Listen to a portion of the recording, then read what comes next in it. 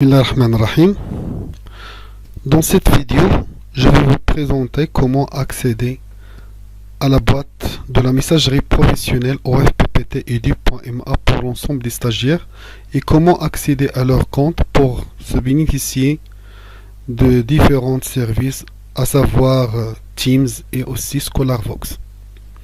Première chose, on clique ici sur Google Chrome ou bien un autre navigateur, email.ofppt.ma email.ofppt.ma. Il sera redirigé vers cette boîte-là. Vous remarquez qu'il est redirigé vers microsoftonline.com mais avec le logo de l'OFPPT. C'est-à-dire, c'est l'accès à la boîte professionnelle OFPPT via Microsoft. Il y a une autre méthode, mais il ne va pas marcher. Si par exemple, je clique sur live.com, connexion, on a presque la même interface, mais ça ne va pas marcher ici. Parce que c'est un compte particulier, hébergé directement chez Microsoft. Ici, on doit entrer soit un email de type Hotmail, Live, etc. Pour notre cas, on doit utiliser email.ofppt.ma. Dans ce cas, je suis redirigé dans cette page. Je vais utiliser l'email qui va être donné par l'administration. Par exemple, dans ce cas, je vais utiliser le compte de Fikri Soumaya. Je clique sur copier. Vous remarquez que l'email est composé de nom, prénom @ofppt-edu.ma. nom prénom @ofppt-edu.ma. Donc je fais coller. Ensuite, suivant, il me demande un mot de passe. Ce mot de passe là qui va être attribué par la suite pour l'ensemble des stagiaires et à une utilisation pour la première fois. C'est-à-dire, ce mot de passe doit être utilisé une seule fois et pendant 15 minutes. C'est un mot de passe provisoire. Donc, je clique sur copier. Je copie ce mot de passe là. Coller. Une fois j'envoie ce mot de passe, il va me demander de le réinitialiser par un nouveau mot de passe. Dans la première case, je vais cliquer. Je vais insérer le même mot de passe. Et dans la deuxième case, je dois choisir un mot de passe personnel qui est personnalisé et qui respecte les conditions et les exigences de complexité. À savoir, ce mot de passe doit être composé d'au moins 8 caractères et se composer des minuscules, majuscules, des numéros et aussi des caractères spéciaux. Par exemple, je vais choisir ce mot de passe. C majuscule, O-R-O-N-A minuscule, 2020, double arrobas. Ce mot de passe est plus de 8 caractères. Il y a 2 caractères spéciaux, un chiffre, 5 caractères minuscules et au moins un caractère majuscule. Donc,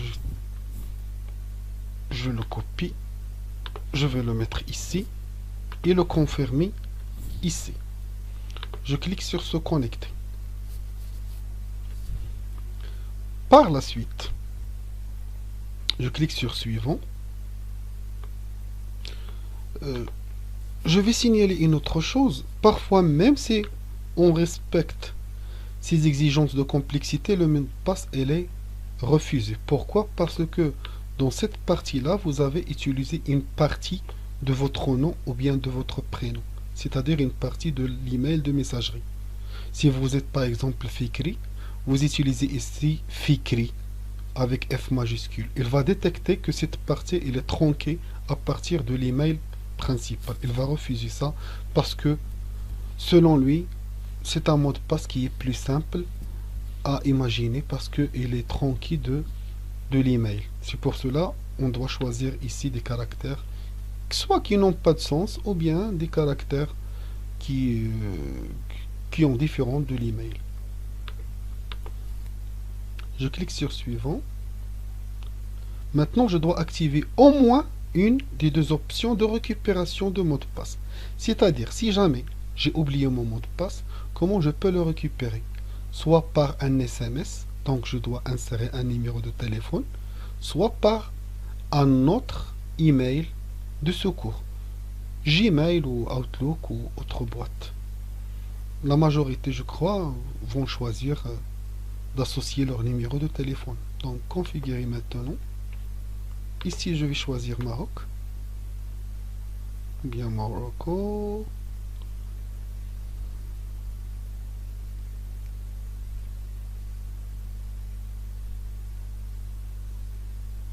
Ici, Maroc. Et je vais insérer mon numéro de téléphone. Dans ce cas, m'envoyer un SMS. Et j'attends cet SMS.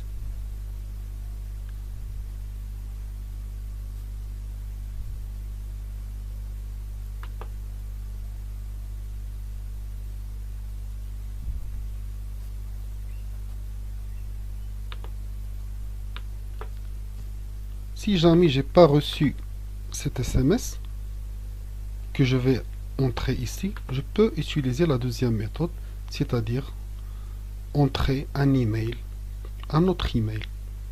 Je clique sur configurer maintenant et je donne cet email. Par exemple, dans mon cas, sman.alfaoui@gmail.com. M'envoyer un courrier électronique. J'ouvre ma boîte Gmail. Connexion. Et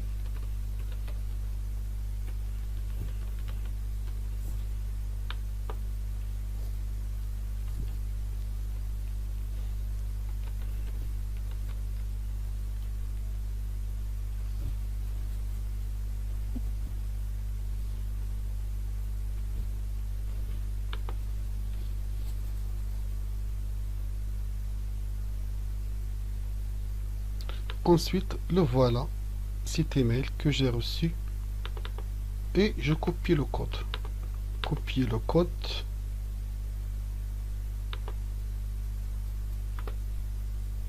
Coller. Vérifier. Et elle est en vert, c'est-à-dire cette méthode de récupération a été chargée. Je peux valider directement par terminer. Je peux choisir rester connecté ou bien se déconnecter.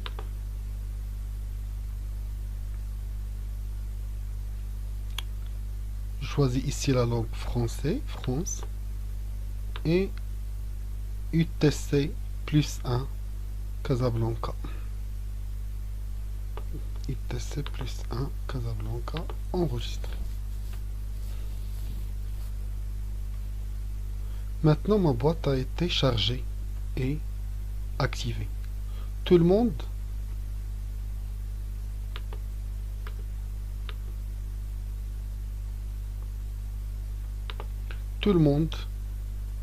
trouvera cet email qui a été reçu le 29/1/2020 pour activer la bibliothèque ScholarVox. Maintenant, on a notre boîte email qui est activée et valide. Maintenant, on va expliquer comment activer la bibliothèque internationale ScholarVox. Comment on va faire? Première chose, on clique sur ofppt.scholarvox.com.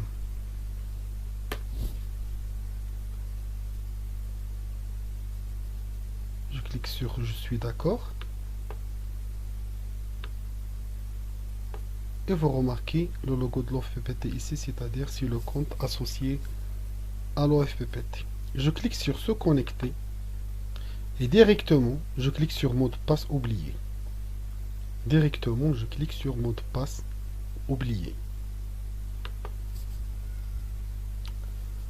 Je vais entrer mon adresse email ofppt.edu.ma. Copier.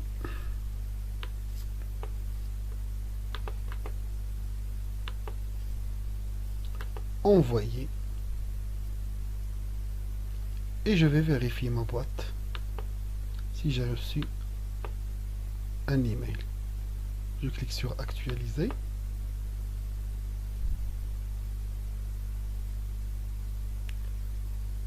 Et maintenant, j'ai reçu cet email. C'est le deuxième email.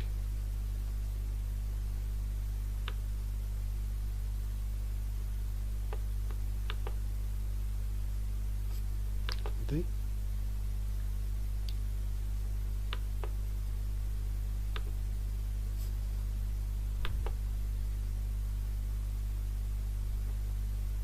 Je vais actualiser pour recevoir l'email.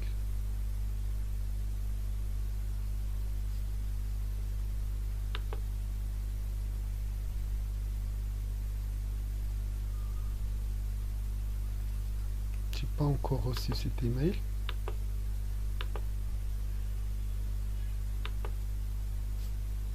Ici, j'ai reçu l'email. Je vais cliquer sur autre. Voici l'email qui a été reçu. Réinitialisez votre mot de passe. Veuillez suivre le lien suivant. Je clique sur ce lien et je clique ici pour réinitialiser mon mot de passe. Je vais choisir un mot de passe comme le précédent, c'est-à-dire qui va respecter les exigences de complexité, c'est-à-dire ayant des minuscules, des majuscules et aussi des chiffres et des caractères spéciaux. Par exemple, ce mot de passe là, en majuscule F PPT 2020 3 arrobas au majuscule. Je vais insérer ici et le confirmer ici. Enregistrer. Et le mot de passe a été changé. Maintenant, je clique sur se connecter et j'entre mon login qui est toujours l'email.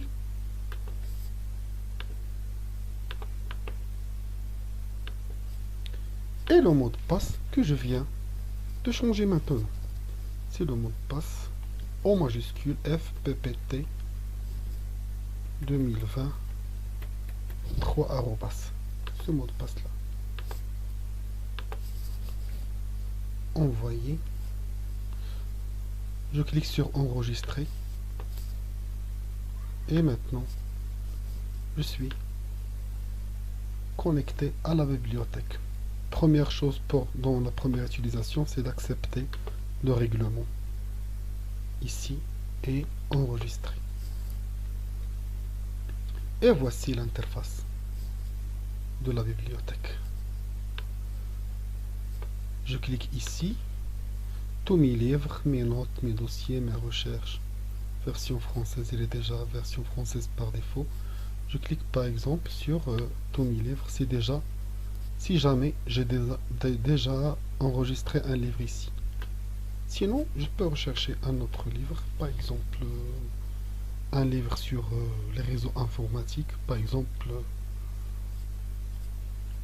TCP/IP, les protocoles TCP/IP pour la filière réseau informatique. Et voici les différents livres que je peux avoir.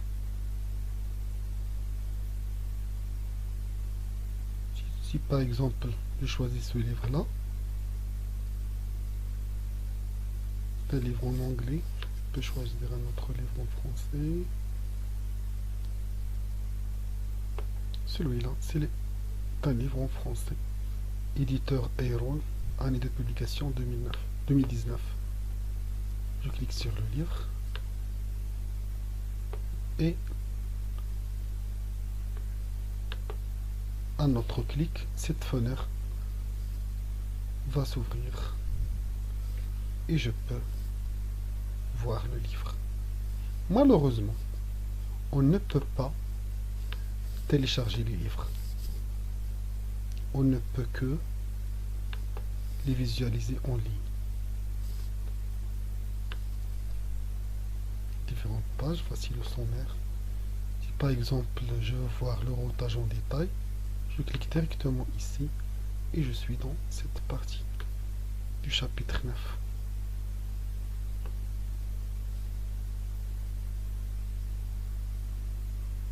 Et je peux enregistrer l'état de lecture par cette partie-là.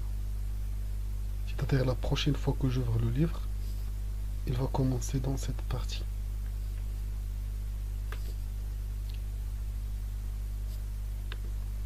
Je peux aller directement à table des matières. Et voici la table des matières. Je pars vers le modèle OSI. Voici le modèle OSI.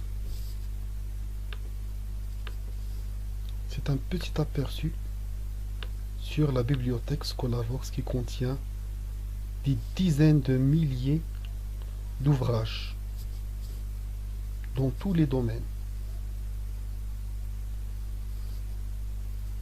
Maintenant, revenons à notre boîte.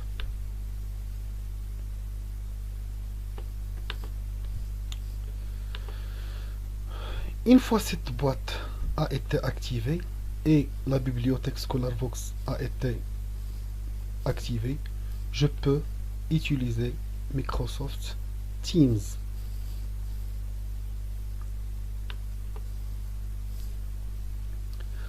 Votre formateur va créer une classe et il va vous inviter via un email que vous allez recevoir.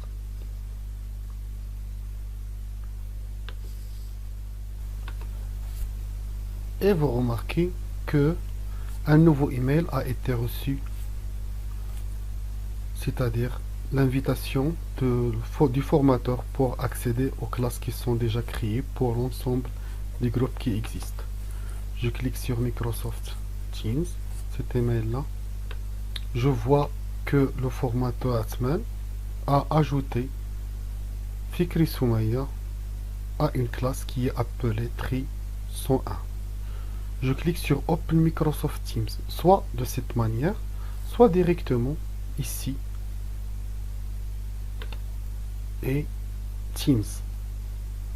Généralement, c'est la manière par laquelle on doit accéder. On clique ici et Teams. Donc je clique sur l'email que j'ai reçu tout à l'heure. C'est une invitation à partir de la part du formateur pour accéder à cette classe. Je clique sur Open Microsoft Teams.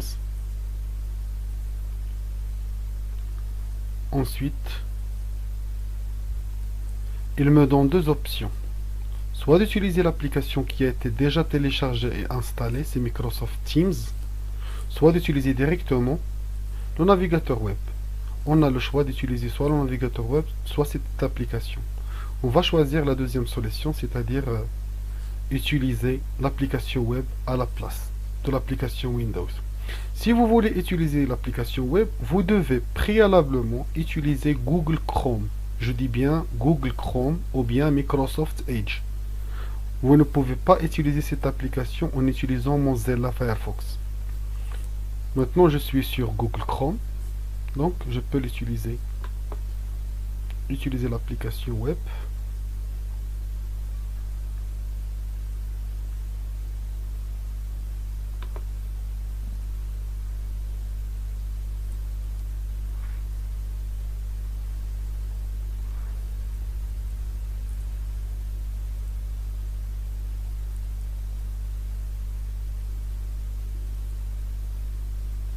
J'ai ouvert une machine virtuelle pour faire le test.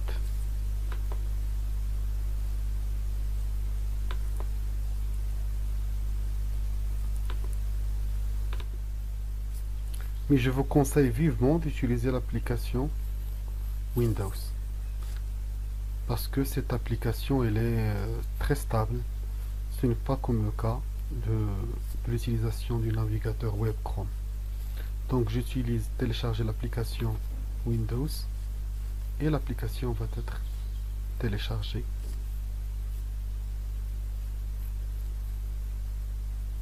Il se télécharge ici.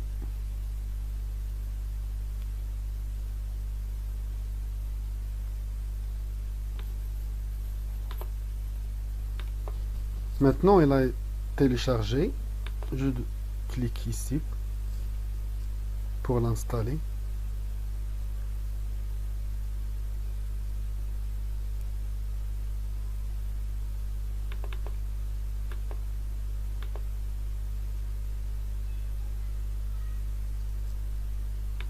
Exécuter. Il demande d'installer .NET 4.5. Je vais l'installer d'abord.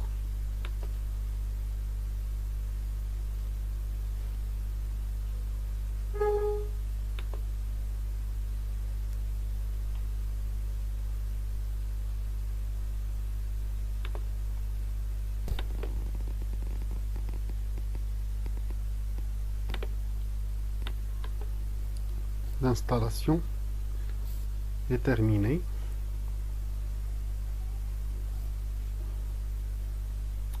Et je peux directement fermer ces fenêtres.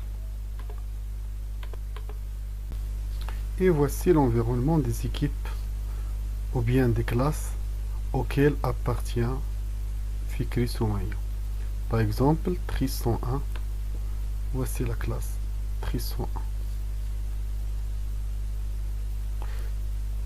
Si le formateur a démarré une session live, il va apparaître ici, comme dans ce cas.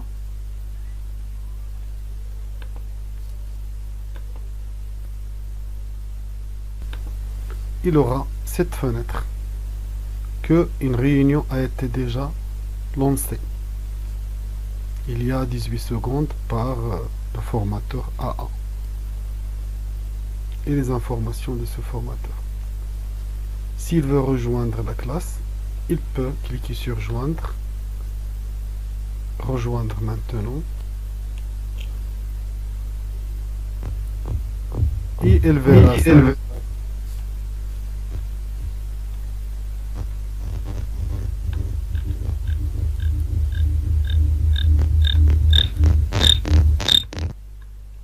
Regardez. Ici, voici un tableau qui a été partagé par le formateur.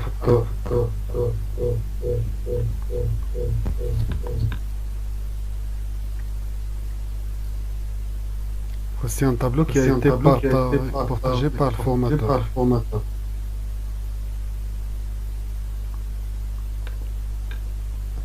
Comme vous pouvez le remarquer, ce tableau a été partagé par un formateur. C'est le même tableau qui a dans la fenêtre de la formateur. S'il écrit quelque chose d'autre, il va apparaître dans le tableau du stagiaire. Ça prend un petit peu de temps, mais ça arrive.